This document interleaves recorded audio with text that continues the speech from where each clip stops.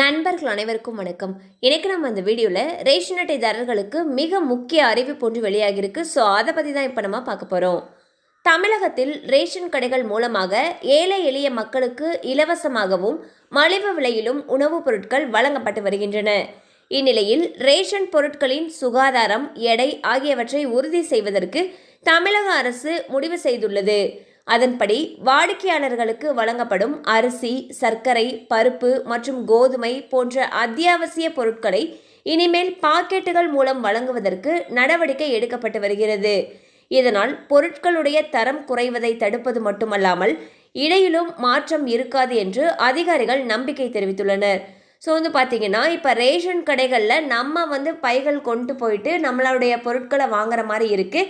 So இந்நிலையில் சுகாதார காரணம் மற்றும் எடை ஆகியவற்றை உறுதிப்படுத்துவதற்காக ரேஷன் பொருட்களை பாக்கெட்டுகளில் வழங்குறதுக்கான நடவடிக்கை எடுக்கப்பட்டு வருவதாக தகவல்கள் தெரிவிக்கின்றன.